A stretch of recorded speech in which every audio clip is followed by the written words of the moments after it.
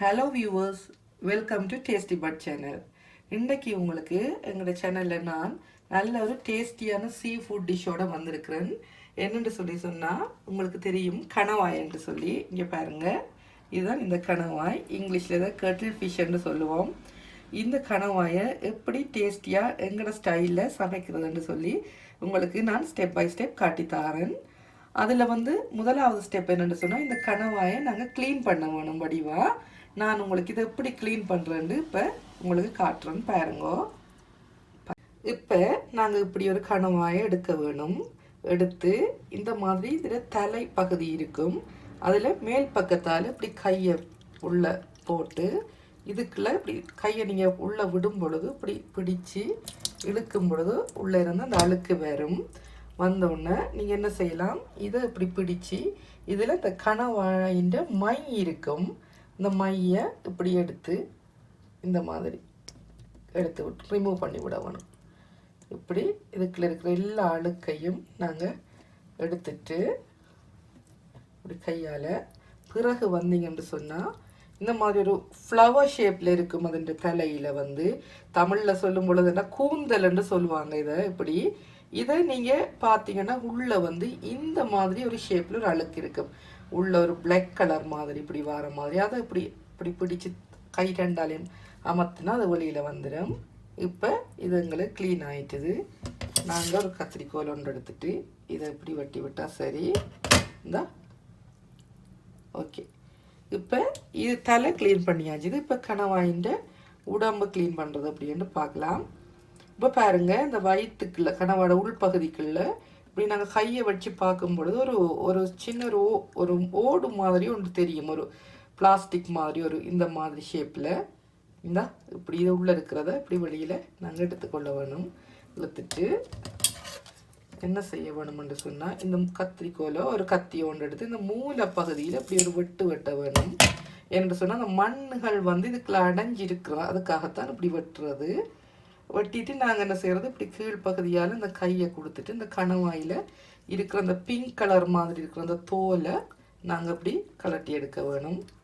கலட்டி எடுத்துட்டு இந்த பாருங்கள், இப்படி வழியை நாங்கள் இழுத்தெடுக்கும் பொழுது வேறு இதுன்னு சொல்லி பாருங்கள். இங்கே பாருங்கள், இப்படி மெதுவாக கலட்டி ஃபுல்லாக எடுத்துட்டோன்னே இந்த மாதிரி கலருக்கு வரும். இப்போ இந்த உள்ளுக்கு இருக்கிற அழுக்குகளை எல்லாம் கையை விட்டு நீங்கள் க்ளீன் பண்ணி கழுவுக்குள்ள எடுத்தீங்கன்னா சரி. எடுத்துட்டு கணவாயை ஃபுல்லாக கழுவி போட்டு தான் நாங்கள் பீஸாக வெட்டி எடுக்க வேணும். இப்படி நான் எல்லா கணவாயும் வெட்டிட்டு கடைசியாக உங்களுக்கு இப்படி போட்டு பீஸாக வெட்டைக்குள்ள நான் திருப்பி காட்டுறேன் உங்களுக்கு.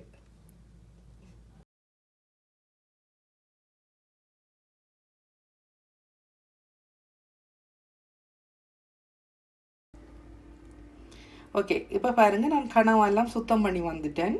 இப்போ உங்களுக்கு எப்படி இதை பீஸ் பண்ணி காட்டுறேன்னு பாருங்கோ. இது நான் ஒரு 1 இன்ச்சு அகலத்துக்கு எடுத்துருக்கிறேன். எடுத்துட்டு இப்படி இந்த மாதிரி இதை வெட்டி கொள்ள வேணும். நீங்கள் வெட்டிட்டு கழுவும் பொழுது அது தண்ணி ஆயிரும். அதுக்காகத்தான் நான் கழுவிட்டே வெட்டுறது. இப்படி வெட்டி கொண்டோம்னா சரி. நான் இன்றைக்கி 1 கிலோ எடுத்துருக்கிறேன் கணவாய். இப்போ இதெல்லாம் வெட்டிட்டு உங்களுக்கு இந்த கணவா சுவையாக நல்ல காரசாரமாக குழம்பு வைக்கிறதுக்கு என்னென்ன பொருட்கள் தேவை என்று சொல்லி உங்களுக்கு சொல்லித்தரேன். இப்போ நாங்கள் இந்த கணவா குழம்பு செய்கிறதுக்கு என்னென்ன பொருட்கள் தேவை என்று சொல்லி பார்க்கலாம். அதுக்கு 1 கிலோ கணவா எடுத்துருக்கிறேன். பெரிய வெங்காயம் 2 பெரிய வெங்காயம் எடுத்துருக்கிறேன். 3 டேபிள் ஸ்பூன் ஆயில் நான் விட போகிறேன். நீங்கள் தேவையான அளவு ஆயில் விட்டுக்கொள்ளலாம். அரை கப் இதுக்கு நான் தேங்காய் பால் விட போகிறேன். ஒரு தக்காளி எடுத்து வச்சிருக்கிறேன். மற்றது தேவையான அளவு உப்பு நீங்கள் பாவிச்சு கொள்ளலாம். 2 டேபிள் ஸ்பூனுக்கு நான் இஞ்சி பூண்டு பேஸ்ட் எடுத்து வச்சிருக்கிறேன். பழப்புளி கரைச்சி வச்சிருக்கிறேன். இதுவும் நான் 2 டேபிள் ஸ்பூன் எடுத்துக்கிறேன். இது உங்களுக்கு தேவையான அளவு நீங்கள் விட்டு பாவிச்சு கொள்ளலாம். 2 பச்சை மிளகாய் வெட்டி வச்சிருக்கிறேன். கொஞ்சம் கறிவேப்பிலை வச்சிருக்கிறேன். வளமையான குழம்புக்கு போடுற தூள் நான் 3 மேசக்கரண்டி போட போகிறேன். அப்போ இதெல்லாம் போட்டு தான் நாங்கள் இப்போ செய்ய போகிறோம். தாளிக்கிறதுக்கு 1 தேக்கரண்டி கடுகு, 1 தேக்கரண்டி பெரிய சீரகம், ஒரு தேக்கரண்டி வெந்தயம் போட்டு தான் நான் தாளிக்க போகிறேன். இப்போ நான் உங்களுக்கு எப்படி செய்கிறேன்னு சொல்லி செய்முறையை காட்ட போகிறேன். அதுக்கு முதல்ல எந்த ஃப்ரெண்ட்ஸ் எல்லாக்கள் இருக்கிறாங்க, எங்களை தமிழ் தெரியாதவங்க, அவங்க சொன்னாங்க அட்லீஸ்ட் இன்க்ரீடியன்ஸையாவது இங்கிலீஷில் சொல்ல சொல்லி, அதுக்காகத்தான் அவங்களுக்காக நான் சொல்கிறேன். 1 kilo cuttlefish, 2 big size onion, 3 tablespoon olive oil, half a cup of coconut milk, 1 big tomato, salt as much you need, 2 tablespoon of ginger garlic paste, tamarind paste as well as much you need, 2 green chili, some curry leaves, and Srilankan curry powder, spicy curry powder. Also for sauté, 1 teaspoon mustard seed, 1 teaspoon fennel, 1 teaspoon fenugreek seed you need to put together with the onions. Okay, இப்போ நாங்கள் சமைக்கும் முதல் இந்த கனவாக்கில் என்ன செய்ய வேணுமெண்டா, 1/4 டீஸ்பூனுக்கு மஞ்சள் தூளும் போட்டு, ஒரு 1/2 டீஸ்பூனுக்கு உப்பு போட வேணும். போட்டு நல்லா இதை மிக்ஸ் பண்ணி வைக்க வேணும். அதுக்கு முதல் நாங்கள் என்ன செய்வோம்னா, கனவாக்கில் இருக்கிற தண்ணியை நாங்கள் நல்லா வடிகட்டி விட வேணும். வடிகட்டிட்டு இப்படி இதை போட்டு மிக்ஸ் பண்ணி வச்சுட்டு தான் நாங்கள் சமைக்கிறதுக்கு ஆரம்பிக்க வேணும். ஓகே, இப்போ பாருங்க, நான் சமைக்கிறதுக்கு ரெடி ஆகிட்டேன். அடுப்பு ஓனில் இருக்குது, சட்டி அடுப்பில் வச்சுட்டேன். வச்சு சட்டியும் நல்லா சூடாகிட்டு, இப்போ நான் இதில் 3 டேபிள் ஸ்பூன் ஒலிவ் ஆயில் விட போகிறேன். இங்கே பாருங்கள், 3 டேபிள் ஸ்பூன் ஒலிவ் ஆயில் விடுவேன். உங்களுக்கு விருப்பமான அளவுக்கு நீங்கள் விட்டுக்கொள்ளலாம், பிரச்சனைங்க.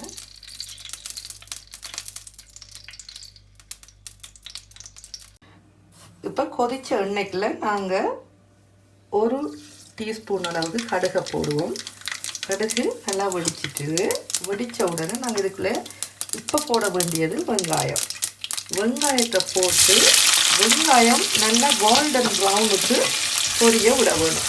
இந்த கறிக்கு வெங்காயம் நல்ல கோல்டன் கலராக பொரிய வேணும். பொரிஞ்சு வந்ததுக்கு பிறகு நாங்கள் மிச்ச சாமான்களை ஆட் பண்ணலாம். இது 2 பெரிய வெங்காயம், எப்படியும் ஒரு 200 கிராமுக்கு அளவுக்கு வேறு மனைவிக்கு அந்த அளவுக்கு வெங்காயம் போட்டு நல்லா பொரிச்சிட்டு கோல்டன் பண்ணணும்னு நான் காட்டுறேன். ஓகே, இப்போ பாருங்க, வெங்காயம் இந்த மாதிரி ஸ்டேஜுக்கு நல்ல கோல்டன் கலருக்கு நல்லா வந்திருக்குது. இப்படி பொரிஞ்சு வேற வேணும். வந்ததுக்கு பிறகு நாங்கள் என்ன செய்வோம், இப்படி நல்லா தள்ளி விட்டுட்டு இதுக்குள்ள இருக்கிற இந்த மிச்ச ஆயிலுக்குள்ள நாங்கள் என்ன செய்ய வேணும்னு சொன்னால், இப்போ வெந்தயம் போட வேணும். 1 டீஸ்பூனுக்கு வெந்தயத்தை போட்டுட்டு இதுக்குள்ள 1 டீஸ்பூனுக்கு பெரிய சீரகத்தை போட வேணும். இதையும் போட்டு நல்லா வடிக்க விட வேணும். நல்லா வடித்து கொண்டு வரைக்குள்ள கறிவேப்பிலையை போட்டு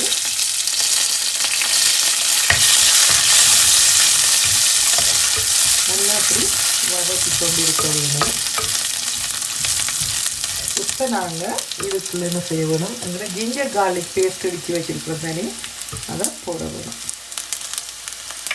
போட்டு இதையும் சேர்த்து நல்லா மிக்ஸ் பண்ணணும். நாங்கள் கிரீன் சில்லி எடுத்து வச்சுருக்கல அரைவாசம் போடுவோம். அரைவாசு இறக்கைக்குள்ளே போட்டால் ஒரு ஃப்ளேவர் வரும். அதுக்காக அரைவாசம் இறக்கைக்குள்ளே போடுறது. இதெல்லாம் போட்டு நல்லா மிக்ஸ் பண்ணி வளர்ந்து விடுவோம். ஓகே, இப்போ எங்கட வெங்காயம் இஞ்சி பூண்டு பேஸ்ட் எல்லாம் நல்லா பொரிஞ்சு எல்லாம் சரியான பதத்துக்கு வந்துட்டு, இந்த நேரத்தில் நாங்கள் தக்காளி போட வரும்.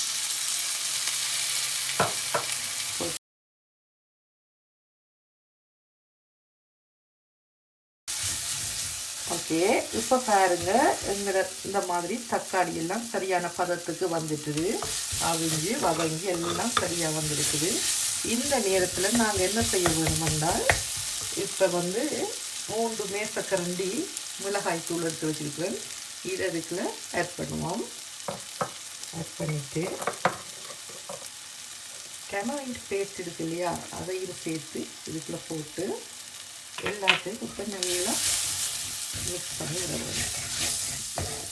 இந்த புளியம்பழம் இதோட சேர்ந்து அதில் ஈரத்தோடு இந்த மிளகாய் வந்து நல்லா இப்படி வரணும், வறண்ட பதத்துக்கு வரணும். அப்படியே சேர்ந்து கிடையாது. இதுதான் எங்களுக்கு தேவையான பதம்.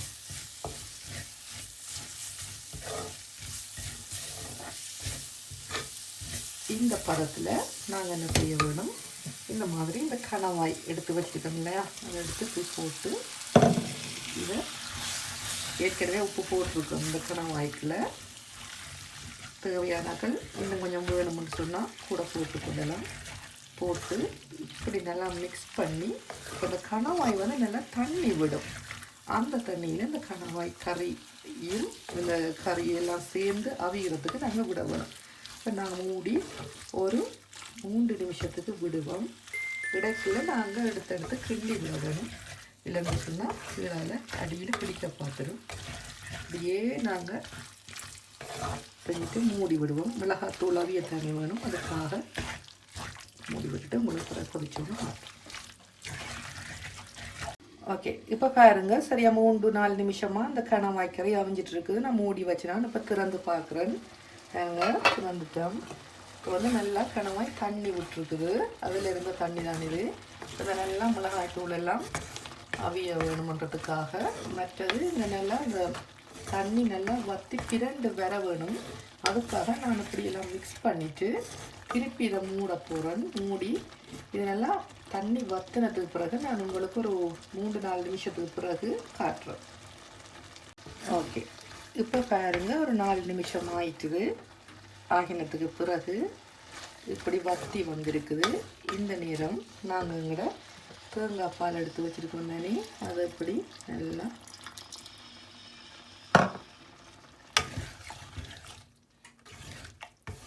ஊற்றி பால் நல்லா கொதிக்கிறதுக்கு ஒரு 2 மினிட்ஸ் விட்டுட்டு ஒரு கொதி பால் வந்தால் நாங்கள் இறக்கலாம். இந்த நேரம் நீங்கள் மிளகாயை தூக்கி போடலாம். போட்டுட்டு நீங்கள் உப்பு புளியை பாருங்கள். பார்த்துட்டு ஒரு 2 மினிட்ஸுக்கு நீங்கள் அப்படியே விடுங்க. இதே நெருப்பில் அப்படியே ஆஃப் பண்ணிவிட்டு மூடி விட்டிங்கன்னா உங்களுக்கு நல்ல பிரண்ட மாதிரி வரும். இல்லை இந்த மாதிரி தன்மையாக தேவை என்று சொன்னால் இப்போவே இந்த ஒரு கொதி வந்ததுக்கு பிறகு நீங்கள் இறக்கி கொள்ளலாம். ஏன்னா கொஞ்சம் பிரண்ட மாதிரி வர வேணுன்றதுக்காக நான் ஒரு 2 மினிட்ஸ் வச்சுட்டு இறக்க போகிறேன். இப்போ பாருங்கள், எங்களோட சுவையான கனவா குழம்பு ஸ்ரீலங்கன் ஸ்டைல் ஸ்பைஸியாக ரெடி ஆகிட்டு. இங்கே பாருங்கள் எப்படி வந்திருக்குண்டு. கனவாயெல்லாம் சரியான பர்ஃபெக்டான சைஸுக்கு அது இங்கே வந்திருக்குது. இந்த மாதிரி பாருங்க இப்படி வந்திருக்குது.